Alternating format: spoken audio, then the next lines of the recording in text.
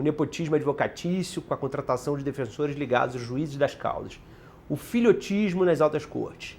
Com uma crítica mordaz e ao mesmo tempo precisa, o professor de Direito Conrado Huber Mendes se tornou o mais temido articulista brasileiro sobre o que se passa por trás dos vestutos prédios do nosso judiciário. Em artigos publicados nos últimos anos nas revistas Época e Piauí, no jornal Folha de São Paulo, Conrado não poupou nenhum figurão togado, do Gilmar Mendes ao Luiz Roberto Barroso, do Sérgio Moro ao Deltan Dallagnol, esse não é exatamente togado, e com isso ele criou inimigos, como Augusto Aras, que o processou, e advogados que se articulam para lucrar com o enterro da Lava Jato, a mesma que trouxe tanto lucro para eles. Meu entrevistado de hoje, o Conrado, lança agora O Discreto Charme da Magistocracia. Já lançou em outras capitais e agora lança aqui em Brasília essa semana, pela editora Todavia, que traz uma coletânea de textos seus publicados entre 2010 e o ano passado. Neles, sem meias palavras ou eufemismos, mas com umas ironias muito bem construídas, o Conrado traça uma imagem do que ele mesmo chama de vícios e disfarces do nosso judiciário. Conrado, obrigado por ter vindo aqui ao estúdio Metrópolis, por aceitar meu convite. Prazer. Em que momento que você, como pesquisador, professor, você entendeu que era importante tirar da academia e levar para o grande público as críticas que você enxerga necessárias ao judiciário? Bom, eu comecei a me interessar por publicar textos eventuais na imprensa, em jornal, textos na mídia impressa, já faz bastante tempo, na verdade, por uma vontade pessoal de contribuir para certos debates. O que eu não imaginava era a intensidade que isso se tornou alguns anos mais tarde. Mas, enfim, acho que, portanto, foram dois períodos. A partir de 2010, 2011, eu publiquei textos esporádicos a partir de uma vontade. Um tema surgia na minha cabeça, eu escrevia com calma, submetia a algum jornal, às vezes levava uma semana, às vezes levava um mês para sair o texto. Em 2018 tive a oportunidade fui convidado para ser colunista semanal, hesitei um pouquinho porque a coluna semanal é algo que exige um tipo de concentração e rotina e linha de produção muito constante, mas acabei aceitando, né? Então, Foi na época, né? Foi na revista Época. Fiquei na revista Época entre 2018 e 2019, e aí no finalzinho de 2019 comecei na Folha. Então nesse espaço já se passaram 6 anos. O que eu diria também é que esse é o período que coincide com mais acadêmicos se manifestando, com novos veículos, blogs jurídicos, o jornalismo jurídico propriamente dito também se aperfeiçoando, o protagonismo de tribunais e dos tribunais superiores em particular. Então, de alguma forma, uma série de fatores contribuíram para isso. Mas nesse período eu fui realmente ganhando um fôlego e interagindo, né, com essa audiência muito diferente da audiência acadêmica. Você, nos seus artigos e no livro, consequentemente, você fala de vários sintomas do nosso judiciário, né, vários problemas. Alguns eu enumerei agora há pouco ao apresentar a nossa conversa. Eu acho que o que mais toca as pessoas, assim, mais incomoda as pessoas, o cidadão comum, são esses encontros sociais, às vezes festas, que a gente vê juízes, né, ministros de tribunais superiores terem com empresários, com políticos, que eles se encontram no sábado e julgam na segunda-feira. Como que isso afeta para o cidadão comum a percepção sobre a seriedade, a isonomia, a credibilidade do judiciário? Pois é, esse tema de fato afeta muito. Acho até que tem um tema que afeta um pouco mais, que são os mecanismos pelos quais juízes acumulam renda, salário, Sim, penduricalhos e etc. Essa é uma técnica particular, o que é uma das características mais importantes desse estamento que eu estou chamando de magistocracia. Mas para me referir à sua pergunta especificamente, claro que a promiscuidade e a convivência, que não é uma convivência social entre pessoas que têm relação antiga, de caráter pessoal. A gente sabe que não é isso, né? Tem juízes e advogados e eventualmente empresários que foram amigos de infância ou amigos de faculdade. não é disso, não é desse tipo de convivência privada que a gente está falando. A gente está falando de uma grande indústria de lobby jurídico, que não tem esse nome, mas que eu acho que a gente está autorizado a dizer e usar esse nome para ser sincero e usar as palavras certas, de promoção de encontros, né? Seja, isso vai se aperfeiçoando com o tempo, né? São os encontros nas salas de jantares, nas casas, nas grandes casas de Brasília, de São Paulo e das outras capitais. São os congressos que por sua vez têm patrocínio das empresas interessadas nas decisões. São os eventos de lobby empresarial como LIDE, Grupo Esfera, são os eventos no exterior, enfim. A gente sabe da variedade desse mosaico. O ponto importante é que, nos princípios mais elementares de promoção da imparcialidade, né, judicial, ao juiz se exige uma vida privada não monástica. Ninguém está pedindo para que juízes sejam antissociais, ou monges, ou santos. Mas a carreira judicial exige certas coisas que não se exige de cidadãos comuns, porque a carreira judicial envolve certas responsabilidades. Inúmeros benefícios, né? É importante ser imparcial, mas ainda mais importante também parecer imparcial.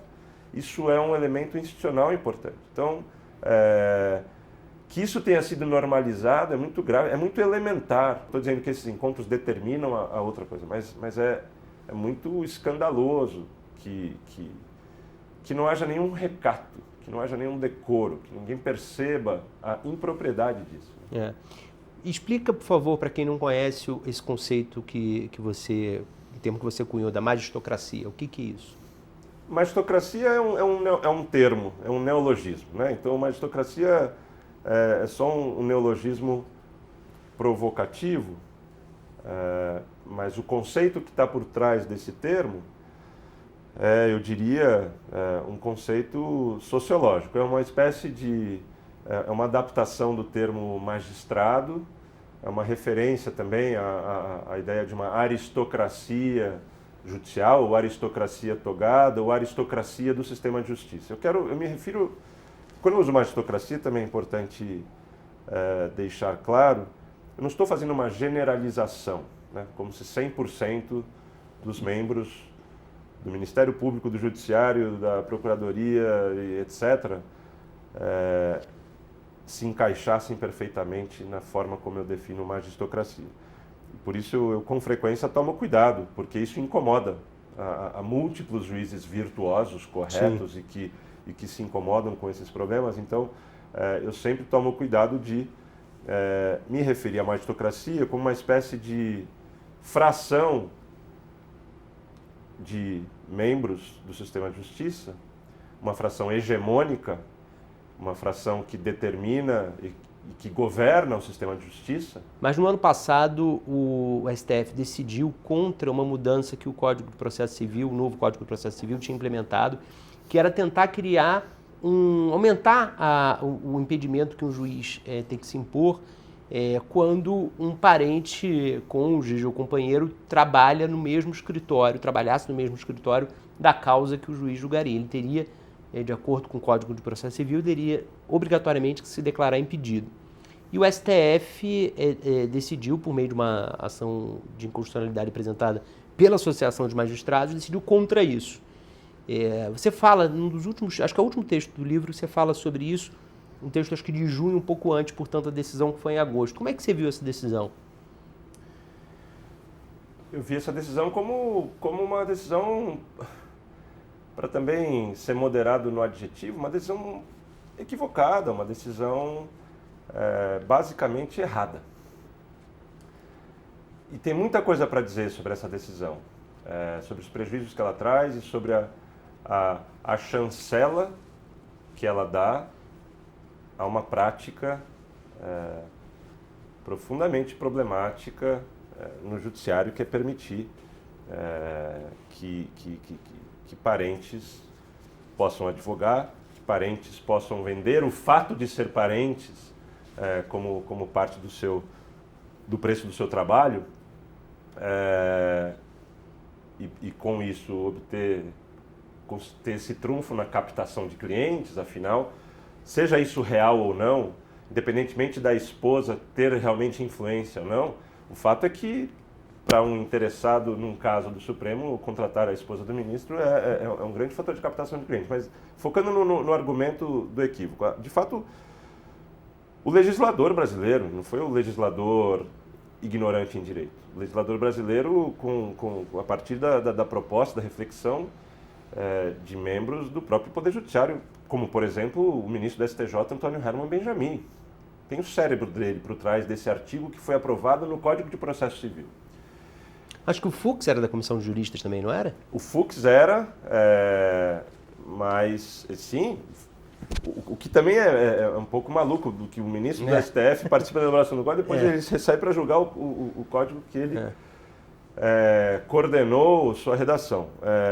Mas eu sei que nesse artigo especificamente tem uma contribuição intelectual específica do ministro Antônio Herman Benjamin. E esse artigo, ele criou, e esse foi o argumento que o STF abraçou para jogar tudo na lata do lixo, esse artigo criava uma complexidade um pouco grande, que era isso que você acabou de dizer. Se um escritório, pode ser desses grandes escritórios, tem um advogado, parente de um ministro, e esse escritório presta serviços para uma empresa, e essa empresa, por meio de outro advogado, está advogando no Supremo, o fato de que esse parente aqui, naquele escritório B, prestar serviço para essa empresa, mesmo que o caso que foi por meio do escritório A no Supremo, a regra era tão exigente, que de fato, hipoteticamente, criaria situações difíceis de operacionalizar e controlar. Uhum. Então, assim, quando você leva a imaginação das hipóteses difíceis e complexas que aquele grau de exigência do artigo suscitaria, você se sensibiliza. De fato, pode ter caso complexo. Não é possível que a empresa X, que contrata o escritório A para advogar no Supremo numa causa tal, e aí essa empresa X também tem um escritório B, e nesse escritório B tem um fulaninho lá que é filho de ministro, e por esse fato, essa empresa, esse ministro se tornaria suspeito? Parece ser um pouco demais. Acontece que o Supremo, a todo momento, no controle de constitucionalidade, faz interpretações que adequam e ajustam eventuais dificuldades de operacionalização da norma. Se depara com as complexidades. Se depara com complexidade, para usar um termo técnico, você pode fazer uma interpretação conforme a Constituição. Sim. Pegar uma norma que dá margem a interpretações um pouco variadas, algumas um pouco complicadas, você fala, bom, entre essas 5 interpretações possíveis, a gente exclui essas 3 aqui, mas a norma continua válida. Uhum. Mas a interpretação dessa norma é essa aqui. O STF fez isso todo o tempo. Mas ele se recusou a fazer essa interpretação. O fato é que o STF anulou a norma. E ao anular a norma, passou a permitir as situações mais estapafúrdias, da esposa do ministro para jogar para a empresa. E aí o ministro vai lá e dá uma liminar monocrática que anula a multa de bilhões de uma empresa. Sim, eu não estou fazendo nenhuma acusação e não estou necessariamente apontando algo que seja novo. Queria entrar em algumas situações específicas. Como que você vê a atuação nos últimos anos do ministro Alexandre de Moraes? Muitas pessoas defendem que, se não fossem os hiperpoderes que foram conferidos pelo plenário ou até pelo Congresso ao Alexandre de Moraes, a gente não teria conseguido frear as tentativas golpistas do Bolsonaro. Ou você enxerga que existia alguma outra maneira institucional, sem que houvessem inquéritos esdrúxulos, como é o inquérito das fake news, que teriam sido possíveis para esse objetivo, sem que o Alexandre de Moraes se tornasse o Xandão?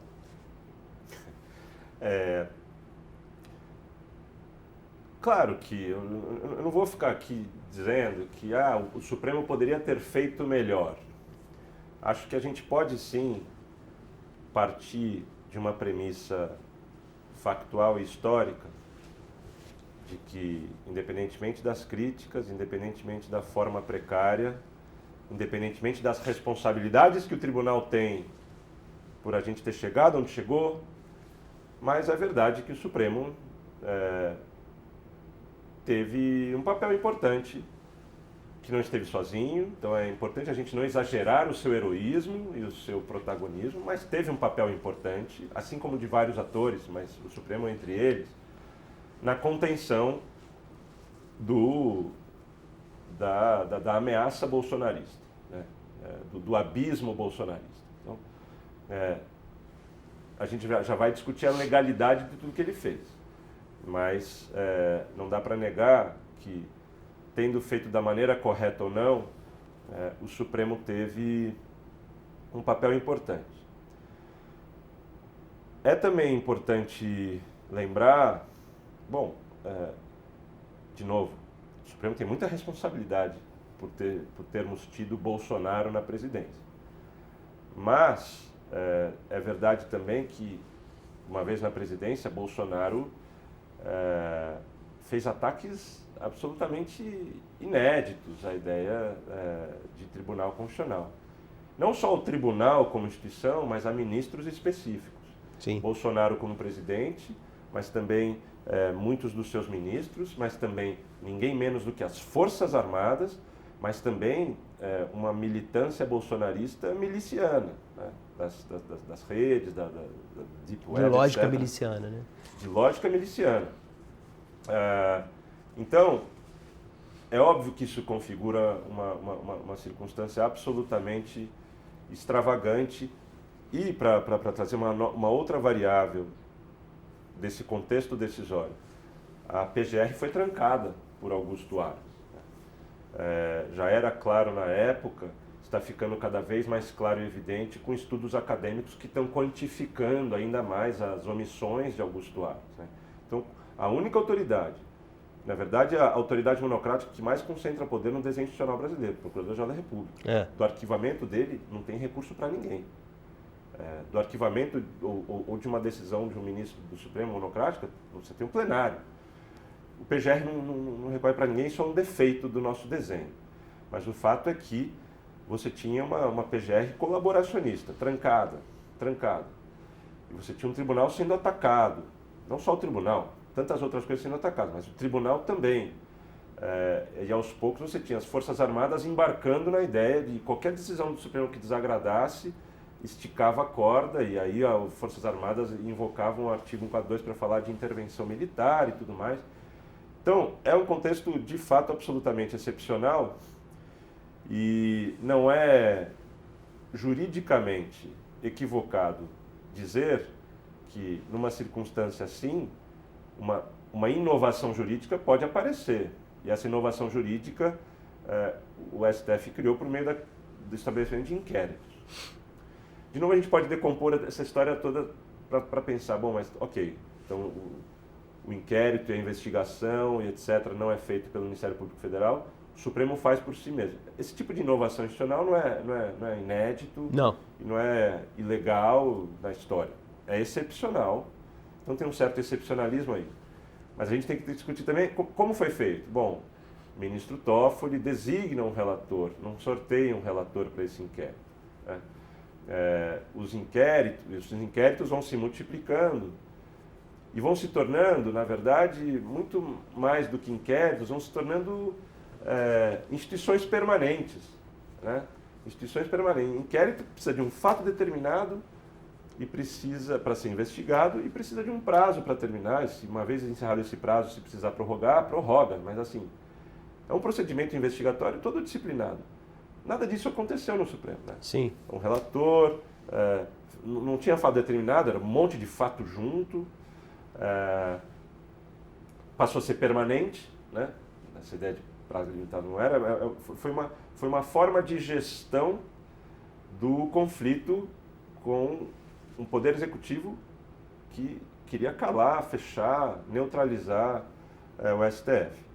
Então, estou dando toda essa volta para dizer que, ainda que se pudesse imaginar formas e procedimentos jurídicos mais cuidadosos para lidar com isso, a ideia do Supremo reagir com ferramentas excepcionais não me parece errada. Mas o STF foi importante para conter a ameaça bolsonarista, mas o contexto já mudou significativamente. Você falou do Augusto Aras e ele é das pessoas que você critica e que te processou. Como é que você... Primeiro, como que está o processo e como que você encara esse tipo de reação? Houve advogados também que tiveram iniciativas jurídicas de reação a artigos seus. Como é que você lida com isso? Bom, pessoalmente eu lido tentando me manter ativo e são e focado na crítica e saber, ter consciência de que isso é um ato autoritário e que as ações são infundadas, mas apesar de serem infundadas e apesar de terem pouca chance de ser bem-sucedido nisso, eu estou sendo otimista aqui, porque eu confio que casos estapafúrdios sofrem certo constrangimento para serem deferidos lá no final. Então, eu ajo com consciência de que a intenção de quem entra com ação contra mim não é ganhar lá no final, é me intimidar. Sim. Porque a canseira psicológica e financeira e etc. que isso dá na gente é um fator intimidatório também. E mais do que isso, eles querem intimidar aquele alvo específico, nesse caso eu. Bom, já se passaram aí quase 3 anos em que essa história começou, com o processo do Augusto Aras. O processo do Augusto Aras, especificamente, ele perdeu na segunda instância. A decisão, até onde eu sei, não transitou em julgado. Não consigo imaginar nas entranhas do sistema recursal brasileiro que tipo de recurso ele pode entrar, mas, em princípio, ele perdeu na segunda instância, e o que é uma boa notícia. Mas Augusto Aras não foi o único caso, né? Ele foi foi a porteira que abriu. Porque eu vinha há anos criticando membros do sistema de justiça e nunca tinha sofrido algo parecido. A coisa aconteceu quando vieram as autoridades jurídicas bolsonaristas. Aras, visceralmente vinculado publicamente e juridicamente, sim, a Bolsonaro. A segunda pessoa que me processou criminalmente foi ninguém menos que um ministro do STF, né, Cássio Nunes Marques. É uma ação muito parecida com a do Aras, basicamente com base numa outra coluna, assim como Aras. E essa ação foi mandada para o arquivo pelo Ministério Público, ele entrou com mandado de segurança, isso está nas gavetas do TRF. Mas é uma ação com possibilidade muito baixa de prosperar, porque se o Judiciário respeita o princípio acusatório de quando o Ministério Público manda arquivar, é para arquivar, então acho que esse caso não vai ter maiores consequências. A novidade em 2023, de fato, foi que eu fui ameaçado de processo, não sofri um processo exatamente, mas veio supostamente do outro lado do espectro político, certamente não por uma força bolsonarista, né?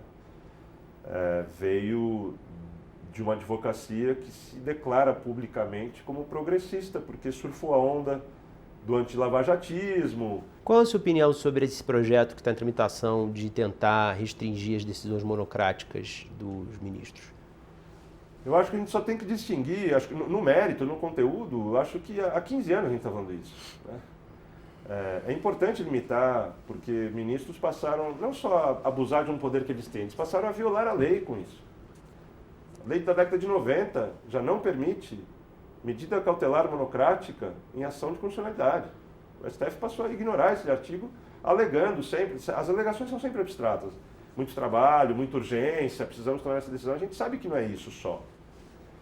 Então, limitar a possibilidade de decisão monocrática não é limitar o poder do Supremo, é reforçar o poder do Supremo. Limita, sim, o poder do ministro individual para obstruir e conduzir sozinho a agenda constitucional do país. Isso serve para decisão monocrática, isso serve para pedido de vista. São dois mecanismos estapafúrdios e distorcidos para possibilitar a individualização e a fragmentação do Supremo. Dá muito poder para o ministro individual.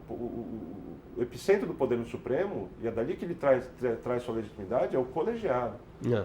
Então, do ponto de vista do mérito da proposta, e a imprensa comprou o grito dos ministros que se contrapõe a isso, né?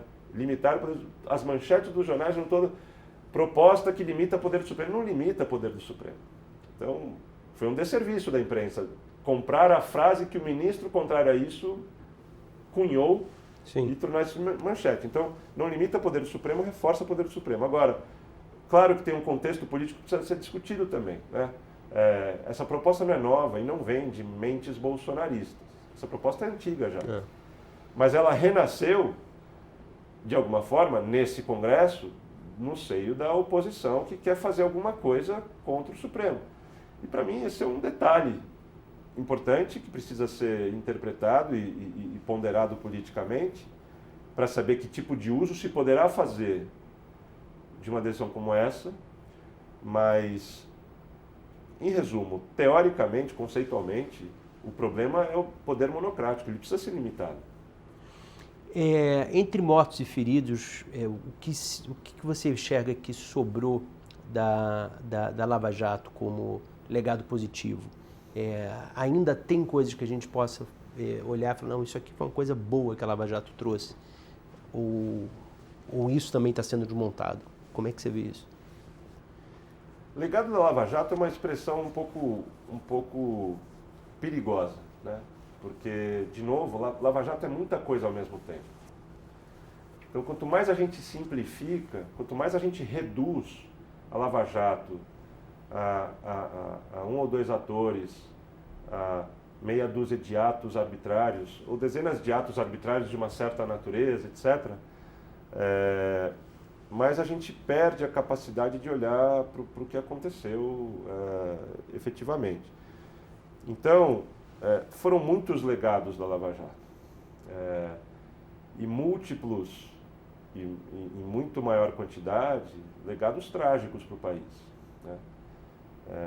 É trágico para o país que o judiciário tenha embarcado numa causa messiânica. Quando eu digo judiciário, é o judiciário inteiro, liderado lá de baixo por Sérgio Moro, mas lá de cima por STF. E dentro do STF, por ministros que hoje se apresentam como muito anti-lavajatistas, como Gilmar Mendes.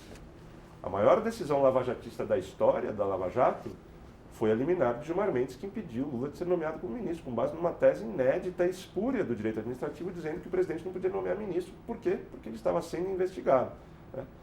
Os manuais de direito administrativo nunca cogitaram disso. O ato discricionário mais clássico do direito administrativo é poder do chefe do Poder Executivo de nomear o seu cargo de confiança. Gilmar, numa canetada monocrática, no apagar das luzes da véspera da Páscoa, sendo que dias depois haveria um grande encontro da sua faculdade de Direito em Lisboa, com as grandes lideranças partidárias do país. Enfim, aquela decisão é muito... Nada é mais lavajatista que aquilo. Nem mesmo a sentença de condenação à prisão do Moro é mais lavajatista que isso. Essa decisão do Gilmar pavimentou a prisão do Lula, pavimentou o impeachment, né? Depois do qual o Gilmar vira de lado e curiosamente se torna um herói anti-lavajatista, né? Então, esse é um legado importante. Enfim, é preciso olhar para o legado de instrumentalização do direito, do judiciário embarcar numa espécie de causa institucional, salvacionista, independentemente de uma discussão de legalidade. Então, eu acho que isso que deve ser ressaltado. Há uma série de coisas em relação às doutrinas jurídicas distorcidas que serviram para justificar a repressão estatal. as estratégias judiciais para manipular a esfera pública, a promiscuidade, a forma em que o meio empresarial e social embarcou, o quanto que isso deu combustível para a antipolítica, enfim, os legados negativos são gigantescos. Né? Então, falar em legado positivo depois disso fica meio inapropriado, porque parece que lado positivo, copo meio cheio, copo meio vazio. Sim. Lados positivos, não teve propriamente um lado positivo diante da imensidão das consequências trágicas que trouxe. Mas não deve ser deixado de dizer que os fatos de corrupção, ou uma grande quantidade de fatos de corrupção que a Lava Jato iluminou e que a Lava Jato conseguiu desencadear processos de acordos de leniência, negociações, repatriação de dinheiro, pagamento de multas, etc. Nada disso foi feito com base em ficção pura e simples. Foi feita com base em instrumentalização do direito e abuso investigatório, etc. Em parte foi, em outra parte menos. Na Lava Jato de São Paulo e a Lava Jato do Rio de Janeiro não tem nada a ver com a Lava Jato de Curitiba. Aceitaram o rótulo Lava Jato porque naquele momento era interessante institucionalmente ganhar esse status institucional. Até como marketing, né? Como marketing e como ferramentas práticas e recurso. Né? Se você recebia o selo Lava Jato, você tinha mais recurso. Sim. Então, é preciso diferenciar o que precisa ser diferenciado. Então, assim, eu não gosto de falar legado positivo, porque isso induz uma espécie de, vamos sopesar, lado bom e lado ruim. Foi muito trágico. De dois ladismo, né? Como se houvesse dois ladismo possível. Não é dois ladismo, mas não dá para jogar embaixo do tapete certos fatos incontroversos de corrupção. Sim. Então, nesse sentido, a irresponsabilidade de atores jurídicos que não souberam estar à altura daquilo que estava ali, inclusive em perceber os limites do direito sancionatório e penal para lidar com uma corrupção mais sistêmica, não apaga o fato de que corrupção há certas coisas que foram caracterizadas como corrupção que fazem parte do modus operandi do sistema político e talvez o direito penal não fosse a ferramenta apropriada para lidar com isso. Sim, é verdade isso. Mas isso não apaga fatos muito graves de outras naturezas que precisavam da consequência da lei. A legislação lida com esses assuntos. Então, simplesmente apagar e jogar tudo debaixo do tapete é também um problema. Então, eu não gosto de falar legados positivos, mas ao não gostar de falar de legados positivos, eu não dispenso o ônus da gente não deixar de reconhecer, né? Coisas bem óbvias, que não começou com um partido X ou partido Y, que tem origens estruturais na aplicabilidade. Sim, tudo isso é verdade, mas isso é trivial. O ponto isso é um problema para a República, isso é um problema para a democracia. Não dá para apagar. Sim. Conrado, muito obrigado pelo seu tempo, sucesso no lançamento do livro, na trajetória dele. E a você, muito obrigado por ter acompanhado esse papo. Fique sempre atento ao Spotify e ao YouTube, que eu trago uma conversa interessante para você. Obrigado.